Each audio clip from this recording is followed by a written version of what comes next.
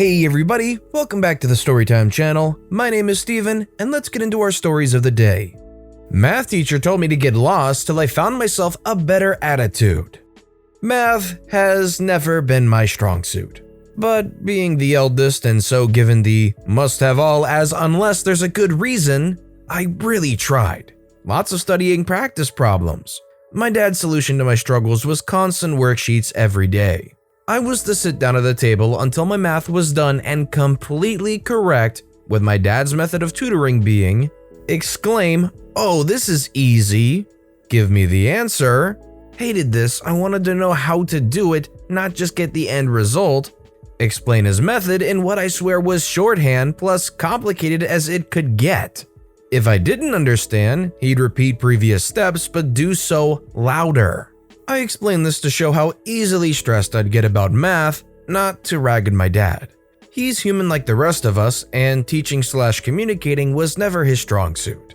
He did hardwire into me for every problem I had to painstakingly show my work all the way through, and then explain how I got there by proofing and writing my thought process behind it. My math homework was always at least 4 to 5 pages front and back, but at least there was no way for teachers to say I didn't show my work, right? Then I meet my 7th grade teacher. Let's call her Mrs. Shrill. I had for math and science in a block/back-to-back periods, which 95% of that time was used for math/study time. Hardly learned any science, but that's another point. We didn't get along. She hated my constant questions after she'd explain something, usually saying I should better pay attention when she teaches. I understood her methods less than I did my dad's, so would almost always want help during study time. After a while, she explained that I was taking time away from other students who needed help and to hold my questions till after class. Okay, so I tried just that, only to be waved away as she said she has to prep for her next class. Could I have told this to my parents or to another teacher? Yes, but I saw this as whining, and so just kept trying to figure things out. Math grade slipped. She always gave everyone an A in science, probably to cover that we rarely did anything for that subject. I wasn't about to rock the boat. Given more tutoring time at home and told to pay better attention in class. Fun times. This went on for 3 to 4 months with me desperately trying to hold on to a C. Then, life said, let's take a break on the lemons. My parents wanted to take a road trip to see some family friends almost all the way across the US. Would take a month and a half. I was friends with their kids, so yay. And I saw this as a break from that dreaded woman, so double yay. Now cue the storm clouds. My teachers assigned me homework packets to do while on vacation, which wasn't surprising. The part that made my soul shrivel inside was how much Mrs. Shrill had given me. Just under half the darn math book I was to complete before coming back. Much of the road trip there consisted of my nose in my homework trying to get it all done before we got there so I could relax and have fun.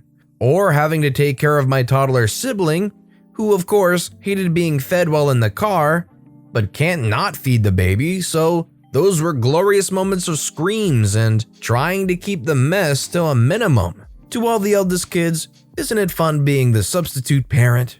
Had no problems doing the other classwork, so of course went through that first. Always loved history, English, and reading in almost any genre was a stress reliever. So those subjects have always been easy A's for me. I was thankful Mrs. Shrill hadn't given any science homework, but even then I struggled to get through even 3 chapters before we got to Michigan. Still not sure if it was good or bad that Dad couldn't help me at all, what with a cranky toddler being louder than a jet, but at least I didn't have him timing my progress by thumping his fist, so I'll take that. Arrived at the family friend's house, I'll call them the Lemon family. Amazing people, they used to live nearby but a job crisis made them move a couple years prior. Of course I want to spend time with the kids, relatively my age, and just relax and have some fun. I got a day before I was told to finish the homework so it'd all be done for the ride home. Of course, Dad tries to help. But as usual, this resulted in many frustrating hours wishing I was anywhere else but at the table. This went on for a couple days before Mrs. Lemon, to this day I still say thank you, saved me by sending my dad off to hang out with her husband, saying enough is enough, she needs a break.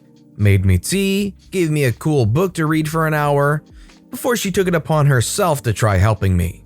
She homeschools her kids, and I quickly found out I had no problem understanding her. Still took me time, but after maybe 3 to 4 days of homework sessions, every time she'd send dad off with her husband, with her, I finished everything.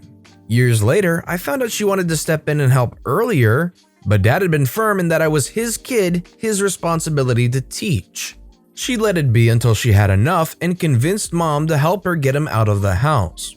To this day, I'm still grateful. We only could stay for so long, but at least I had the last 3 days to just play and hang out before we started driving back home. Aside from more screaming and a couple side trips, the return home was uneventful. Dad looked over the homework to confirm I had done everything correctly, and thankfully, that was that. I think he was perturbed still someone else had an easier time teaching me, but didn't say anything to me about it.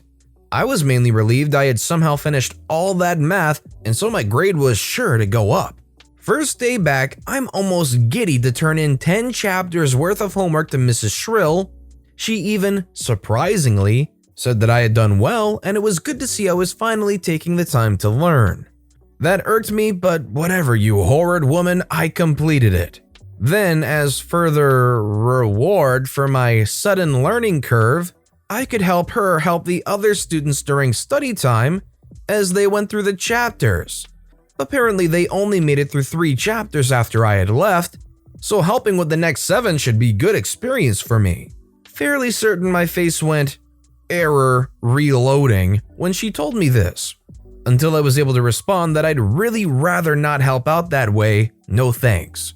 To which she was so lovely to point out, this would show I really learned something instead of probably cheating my way through the homework. Otherwise, I would have shown my work. Excuse me? I lost it and profusely maintained that all of what she held was my work alone, and how much more work needs to be shown before that's to be believed. Her face, now curdling like spoiled milk, told me to get lost until I found myself a better attitude. Still fuming, I did just that. For the next week, come periods 6 to 7, I'd head over to the library and read to my heart's content until the bell rang signaling buses. Now, of course, my parents eventually were called and informed I was skipping, and so they were peeved and demanded an explanation, as well as being very interested to know what happened to my math homework, as online it showed as missing 0%. Now very nervous, certain I had an F for the first time and wasn't sure what punishment that'd warrant, I explained yes, I did turn it in and how that unfolded. At this point, I'm getting basilisk stares when asked why I didn't go to class after this, and I explained that she basically told me to. Since I hadn't found the attitude she was looking for, I didn't have the urge to attend class. After what seemed an eternity of silence, my dad busted up laughing, then they both hugged me. Told me, with balls like that, you'll do fine in life. Then admitted maybe he wasn't the best person to help me with math. Mom had been wearing him down that she should try instead after I did so well with Mrs. Lemon, showing it was more likely communication issues that were preventing me from learning quicker, but I didn't find this out for a long while. While I might be a tad scarred from his math teaching methods, my dad is a loving father, and when the need calls, he has no problem being our advocate at school, even if it requires roaring. He's always been a vibrantly emotional person. He told me I could keep going to the library until he said otherwise, he'd take care of things. I was extremely happy to follow this. Think I got 2 more library days before things were handled and I had to attend Mrs. Shrill's class again. Dad had verbally berated her in front of the principal how I should be credited for all the work I did and not require me to help teach in any way.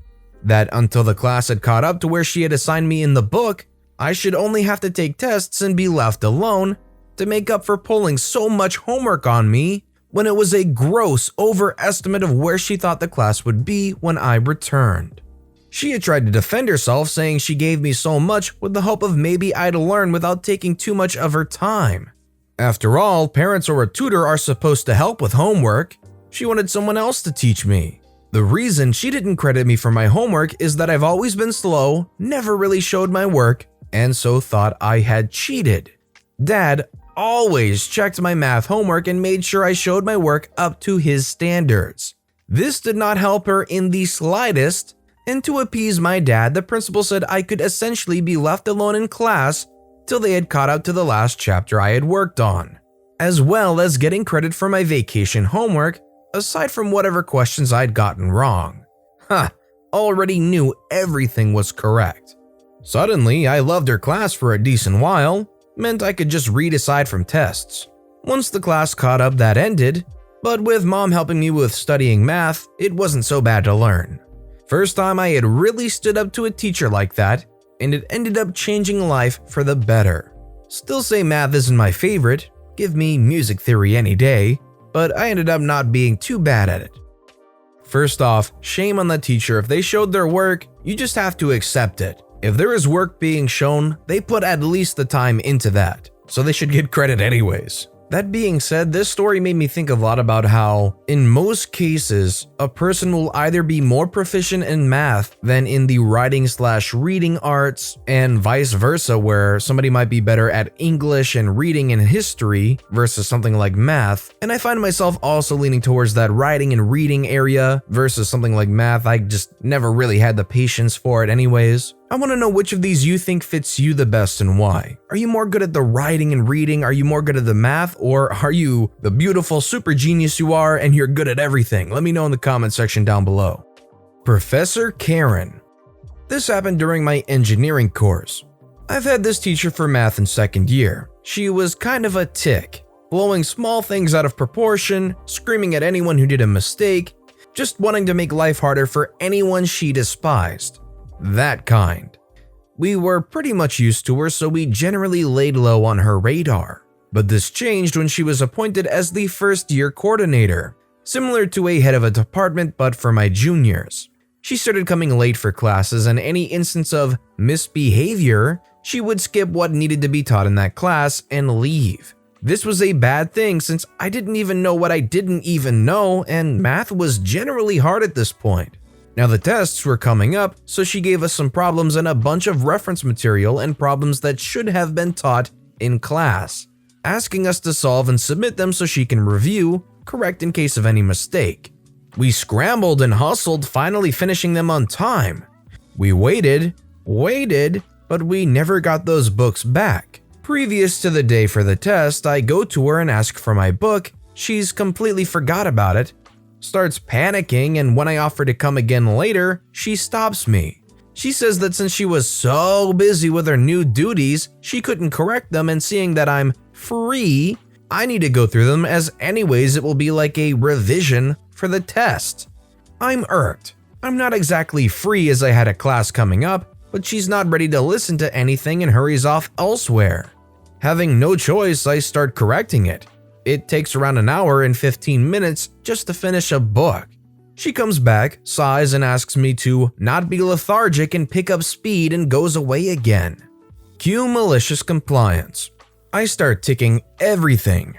Wrong problems, incomplete problems, blank pages, I don't care. So after around 20 minutes, I've finished everyone's book and I go to look for her. Since this part of the campus is relatively small, I look for her in the small possibility of places she might have been, and lo, I find her in the cafeteria, chatting with other professors, drinking coffee, having a great time. She sees me and comes along, telling me that she was in a meeting but is free now and asks whether the work is done. She then tells me to go back and wait for her as she will come in 2 minutes. All the guilt of doing a half-bud work/no work vanished by this point, and I waited for her in her cabin, where she comes back after 10 minutes. She puts her signature on the corrected books and tells me that it's my responsibility, that it will be delivered to their owners. No thank you, nothing, just more work. I begrudgingly give them back to everyone, and by now I had lost around 3 to 4 hours and hurriedly prepped for the test. By this point, I haven't had thought of the implications of what I had done because I just wanted to get out of doing her work for her. Then when the results were shared, 73% of the people had failed the test. Her cabin was stormed with pretty much everyone who insisted that they had done exactly as what they did in the book, which she corrected, but still didn't get any marks. She sees me standing by the door and calls me out. "You, the one in the blue shirt, come here at once." This beach doesn't even know my name and used such a bad way of identifying me. I'm angry and I slip away since there were many students wearing blue shirts. This ensured more chaos as she claimed it was that person's fault, not hers, and led to a couple of shouting matches between her and these students. Finally, the management gets involved in this and they start reviewing what she had done, and it turns out she was giving many of her duties as a professor to other students, updating attendance, marks, who had come to her cabin asking for doubts/help, etc. They were pissed. She was demoted to her former post and was suspended without pay for 6 weeks. She was angry and lashed out at the board members on social media, giving wild accusations against them. She deleted her posts when they informed her that if she gets another complaint against her, she will be demoted even further. But sadly, as it was the middle of the year, the professor couldn't be replaced, and she continued teaching in my class. I tried to wear a blue shirt whenever I had her class. Just so she would be constantly reminded of what I did to her. Yeah, I think it's completely unfair that this teacher dumped all this work onto the students' shoulders for what? Because they were too lazy to do it? I'm honestly surprised the student ended up doing it. I probably would have said no. I probably would have said it's not my responsibility. But with that being said, that's all the stories we have for today. So what I want to know is, which of these stories was your personal favorite of the day and why? Let me know which story and why in the comments section down below. And thank you all so very much for watching and listening to the Storytime channel today. If you haven't yet, please consider subscribing and don't forget to turn notifications on so you'll never miss an upcoming video from the Storytime channel. Thank you all again so very much for watching and listening to the Storytime channel.